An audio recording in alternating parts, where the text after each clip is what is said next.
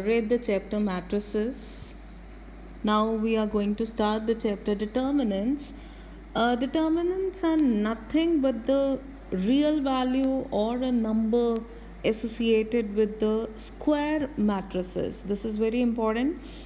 Square matrices के साथ जो भी नंबर्स एसोसिएटेड हैं, आप कह सकते हो कि मॉडुलस एक तरह से मैग्नीट्यूड ऑफ अ मैट्रिक्स, उस पूरे अरेंजमेंट का फाइनल एक वैल्यू, क्योंकि अल्टीमेट तो हम नंबर्स तक पहुंच जाते हैं मैथमेटिक्स में, कुछ भी डिफाइन करें, क्लियर रिलेशन डिफाइन करें, फंक्शन डिफाइन करें, what is the output as a number, that is our main concern.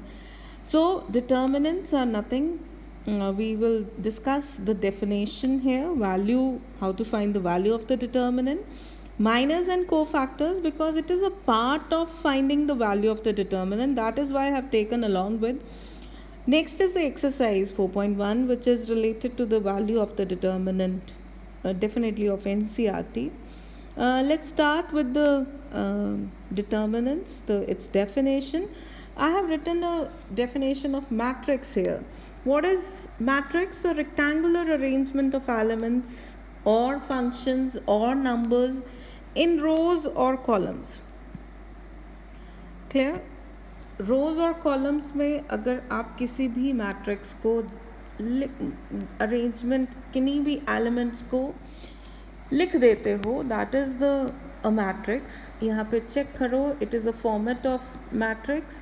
AIJ है, which is showing the element of ith row and jth column, and I will move from 1 to m definitely, क्योंकि m क्या है, number of rose.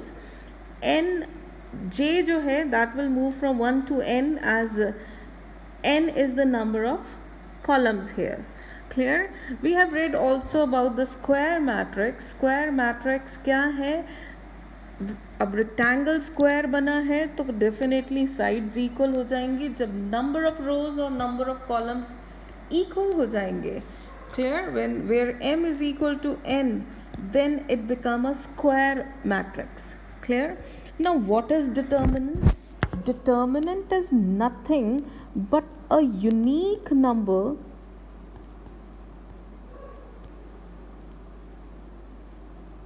associated. This number can be real or complex as per according to the elements of a matrix associated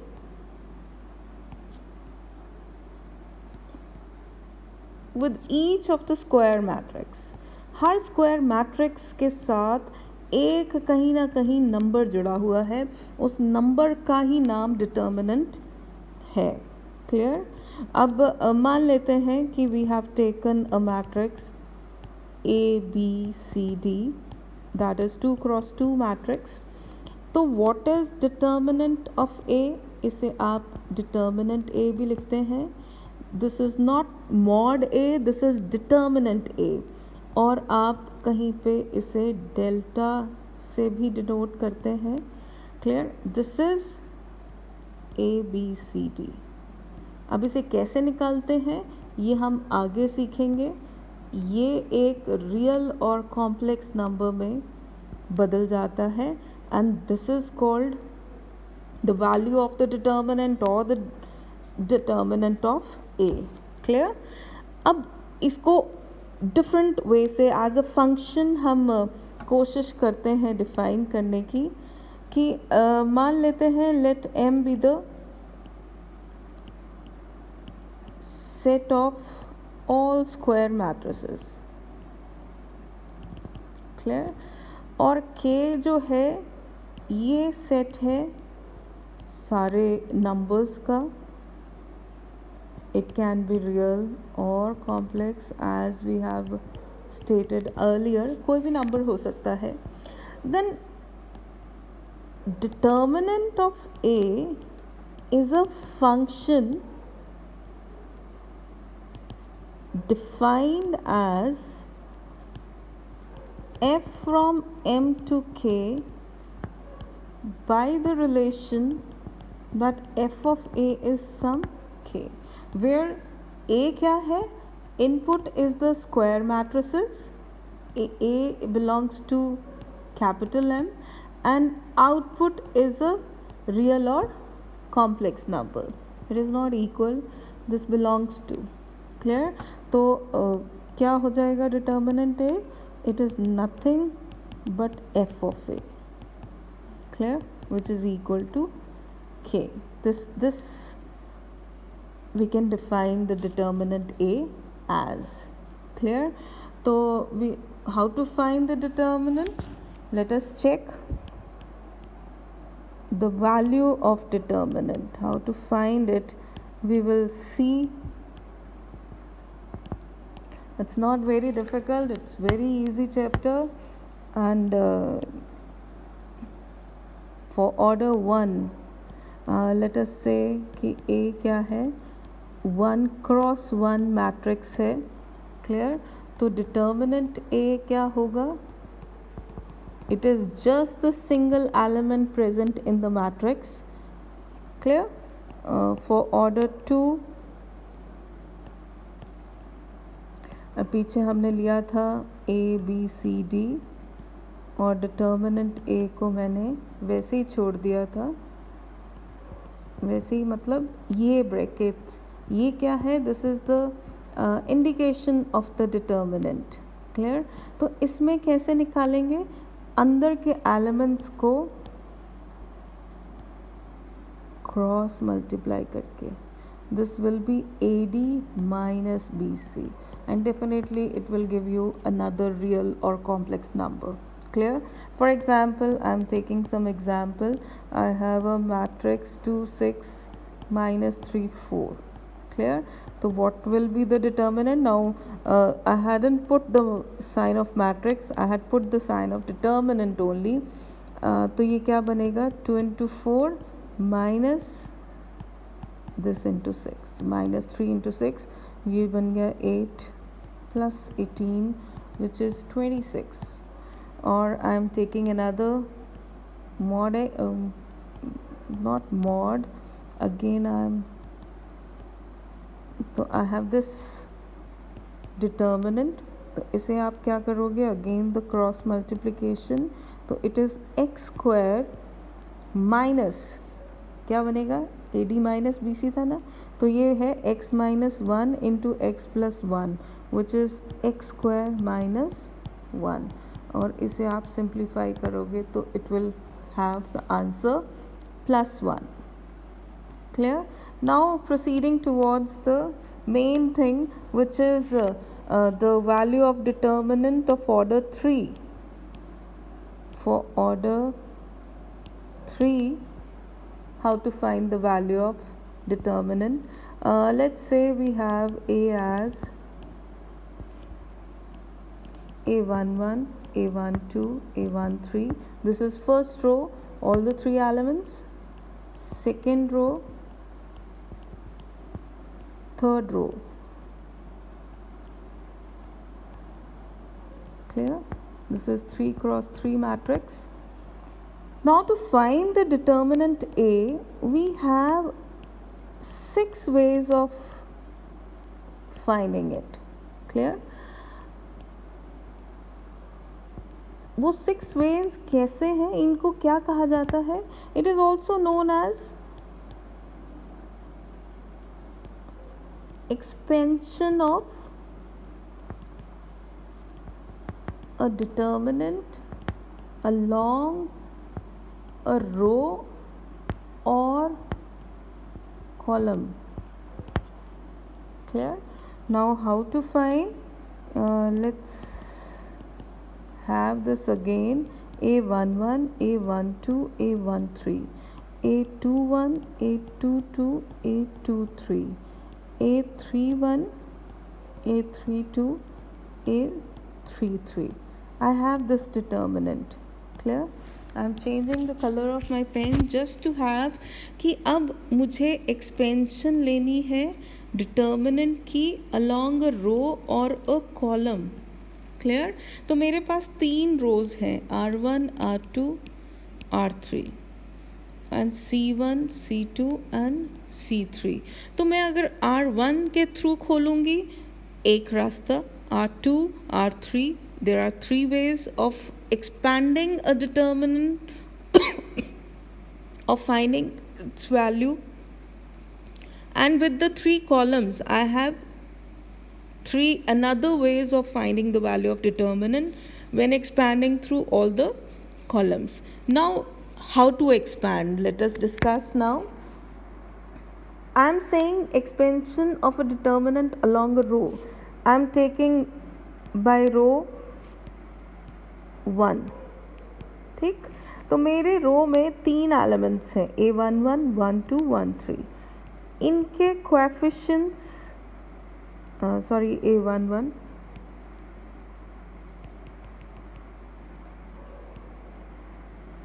A11, A12 and A13। अब इनके क्या coefficients बनते हैं जिनके साथ ये मल्टीप्लाई होने वाले हैं। Now how to find those coefficients, clear. Now what is the method कि आप क्या करेंगे, A11 अगर मुझे लेना है तो मैं इसके अलोंग फर्स्ट रो और फर्स्ट कॉलम को डिलीट कर दूंगी। What I left with the 4 elements. अगर मैं इसका वो ले लूँ डिटर्मिनेंट तो I will get the coefficient, ठीक। और इसमें क्या है कि मुझे -1 रेज़ टू पावर 1 + 1 भी करना है, ठीक है। जिस एलिमेंट के आप ले रहे हो उसी के ith और jth जो नंबर्स हैं वो लेने हैं, और ये बन जाएगा A22, A23, A32, A33। This is the my coefficient of cofactor. इसको कोफैक्टर भी बोलते हैं। This is only the cofactor of A11, clear. और अकेला अगर ये वाला डिटर्मिनेंट लिया जाए तो this determinant is minor of A11, clear. It is ये ऐसे और ये ऐसे डिनोट किया जाता है, क्लियर। चलो चेक करते हैं कि A12 का क्या बनेगा। I'm removing this all lines because I have to take the A12। अब मुझे अगर A12 लेना है तो मैं इसका first row and second column मैं इसे डिलीट कर देती हूँ। तो मेरे पास आएगा -1 रेज़ टू पावर 1 + 2, और मेरे पास क्या बचे elements, A21, 23, A31, 33। This I got, clear. अगर मैं यही A3 का कर दूं तो A13 सॉरी, तो फर्स्ट रो और फर्स्ट कॉलम मुझे फिर से डिलीट कर देने हैं।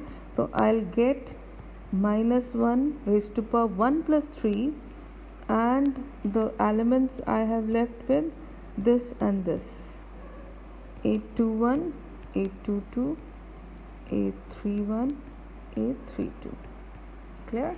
अब आप ऑर्डर 2 के उसको जान चुके हैं कैसे ये एक्सपैंड होता है। तो ये -1 raise to power 2 is plus, और इसे खोलने के लिए हम क्या करते हैं, क्रॉस मल्टीप्लाई, AD - BC, ये सिखाया था। इसे खोलेंगे, it is the odd number, minus का ऑड नंबर माइनस के साथ आएगा। तो A21, A33 -A31, A23, clear. इसको चेक करें तो ये 4 है, इवन नंबर प्लस, तो ये बन जाएगा A21, A32 -A31, A22, clear. This we got the expression, clear. Now अभी हमने डिटर्मिनेंट की वैल्यू नहीं निकाली है, अभी हम क्या लिख रहे हैं, रो 1 के एलिमेंट्स के कोफैक्टर्स, कोएफिशिएंट्स, कोफैक्टर्स। अब डिटर्मिनेंट A, इसकी वैल्यू क्या बन जाएगी, क्लियर। यहाँ पे हम एक्सपैंड कर रहे हैं by row 1। Now what it becomes, अगर मैं इसे थ्योरेटिकली लिखूँ तो it is sum of product of elements A1j. Clear? In first row with -1 I plus j raised to power I plus j times the determinant of submatrix obtained by removing first row and jth column.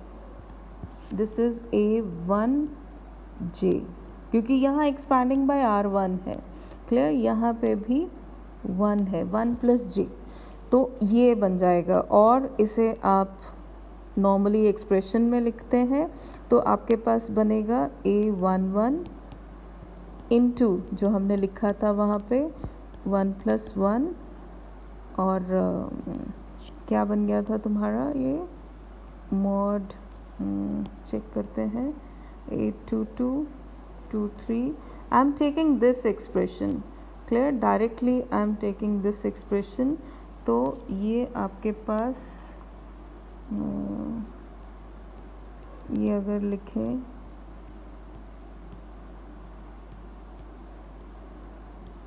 Clear, ये बना था A12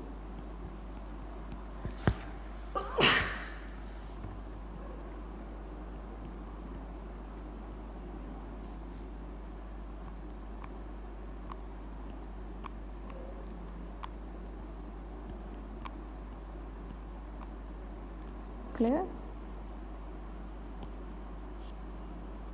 और A13 के साथ क्या बना था,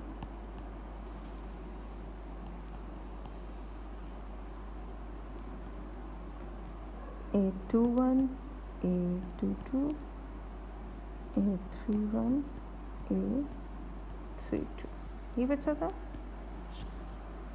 और अगर इसी भाषा में हम इसको बोलते हैं कोफैक्टर्स की भाषा में, तो ये बन जाएगा this. So this is finally the determinant of, ये हमारा finally, and this is known as the cofactors. Clear? तो कोफैक्टर्स और माइनस को हमने साथ ही सीख लिया है when to find determinant A. Clear? अब आप ये चेक कर सकते हैं R1 पे आपके पास साइन क्या रहे हैं. यहाँ पे ये नेगेटिव साइन आएगा, तो आप इसे ऐसे भी याद कर सकते हैं कि फर्स्ट प्लस के साथ, माइनस के साथ, प्लस के साथ. यहाँ A21 है, अगेन ऑड नंबर, ये प्लस ये माइनस, और यहाँ आप चेक करेंगे ये फिर से वही आ जाएगा क्योंकि दिस इज़ A31, तो इवन नंबर बन जाएगा दिस एंड दिस. तो आप डायरेक्टली याद रख सकते हैं कि आपने एक एलिमेंट जो लेना है उसके साथ कौन सा साइन आएगा और उसके कोफैक्टर्स का प्रोडक्ट क्या आएगा. तो हम इसे और अच्छे से सीखते हैं with some examples, or I am taking rather exercise 4.1 here.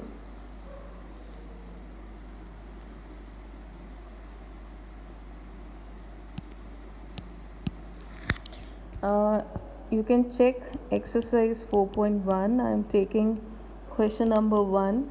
It is as simple.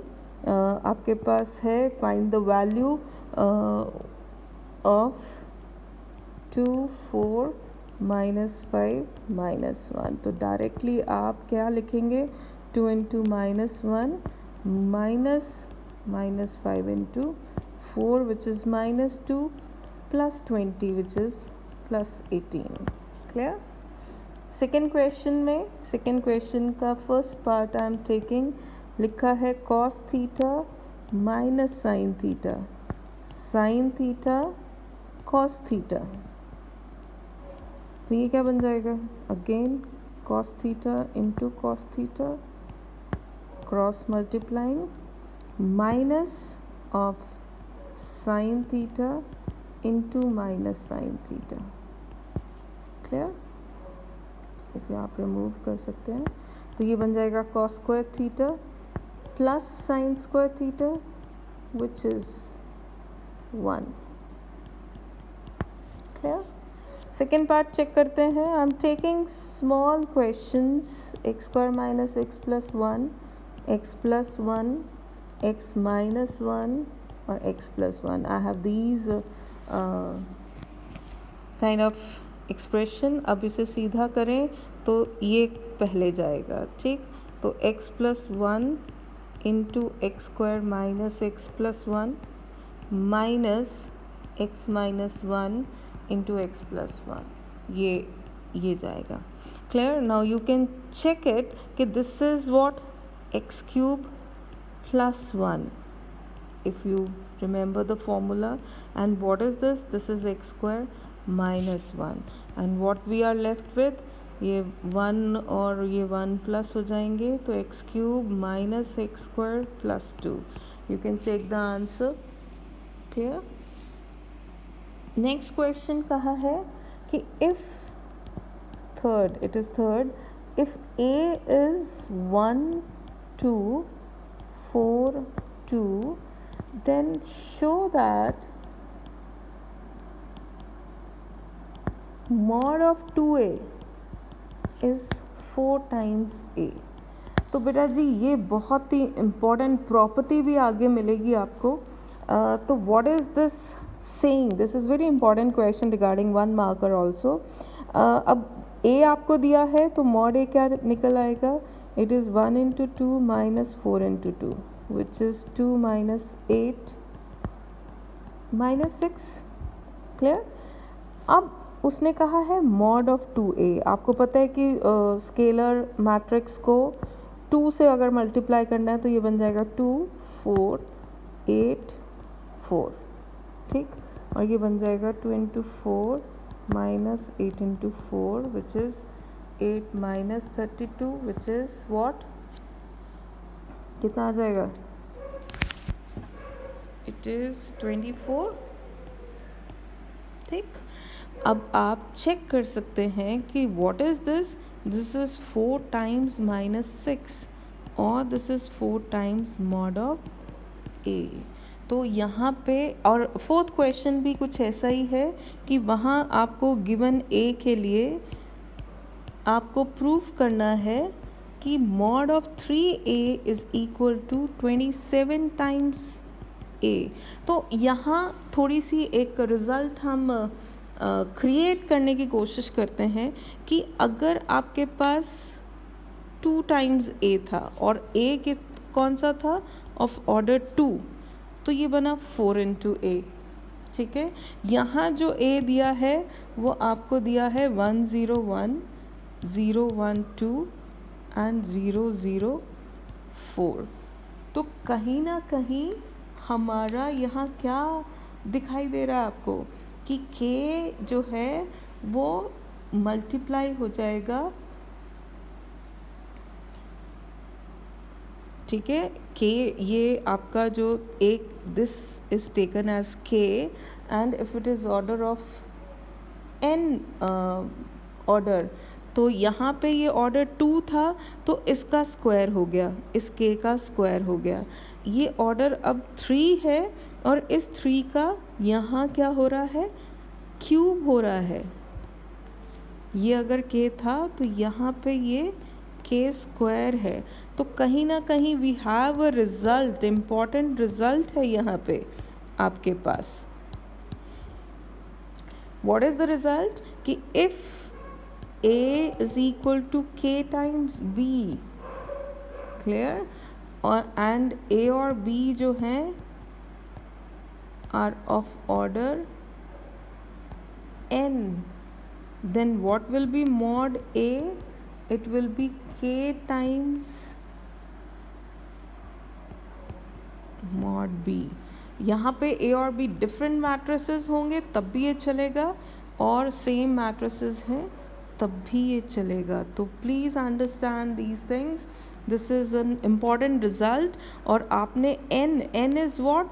The order of the given determinant और matrix. Clear? Hope you will understand और लर्न दिस. आगे आपके पास सिंपल क्वेश्चंस हैं. I am taking one of question number 5 में I'm taking one part. Let it be second. 3 minus 4 5 1 1 minus 2 2 3 1. अब इसका हमें वो निकालना है. तो यहाँ पे मैं बहुत ही शॉर्ट तरीके से जो हमने सीखा वहाँ पे हमने सीखा कि अलॉन्ग फर्स्ट रो आपके पास इधर A11 A12 A13 इसका साइन नेगेटिव आएगा. तो I am directly putting quickly कि 3 के साथ क्या मल्टीप्लाई होना था कि अगर इस दिस रो और दिस कॉलम भी तो we are left with this 1 into 1 minus 2 into 3 और प्लस 6. क्लियर? तो ये कैसे आ रहा है मैं फिर से यहाँ एक्सप्लेन भी कर देती हूँ. 1 into 1 minus 2 into 3. ठीक है. अब minus second element is -4 and we are to take negative sign also because of its position. तो ये माइनस आएगा और यहाँ -4 आएगा. और इसका कोफैक्टर क्या होगा? जब आप इसे डिलीट कर देते हो तो it will become 1 into 1 minus 2 into -2. Check करो. और +5 के साथ I left with 1 into 3 minus 2 into 1. Clear? तो मैं अब यहाँ पे आपका यहाँ आ सकते हैं. तो इट विल बी +4. चेक कर सकते हो 2 माइनस +4 ये भी 4 हो जाएगा. +5 into 3 minus 2. क्लियर? और अगर आप इसे चेक करें तो 3 into 7 21 4 into 6 24 5 into 1 5. तो ये टोटल कितना आ गया? I think 50 is the answer. Clear? तो ऐसे ही हमारे पास क्वेश्चन 5 के और 3 पार्ट्स है which I must ensure that you can do it very well. I am taking question number 7. यहाँ पे अब इसका डिफरेंट क्वेश्चन आ गया कि क्वेश्चन नंबर 7 में आपको फाइंड x.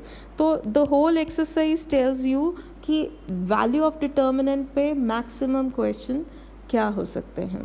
तो उसने कहा है find x if 2 4 5 1 is equal to 2x 4 6x. Clear?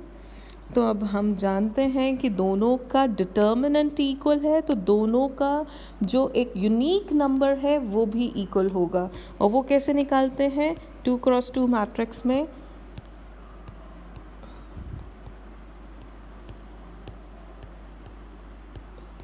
Clear? ये 2 क्रॉस 2 मैट्रिक्स में हमने क्रॉस मल्टीप्लाई करके निकाल दिया. a into D minus B into C. तो इसे हम सॉल्व कर लेते हैं. तो ये बन जाएगा 2x² और यहाँ 24 प्लस हो जाएगा. ये कितना हो गया? This is 2 minus 20 is -18 plus 24 which is equal to +6 I think.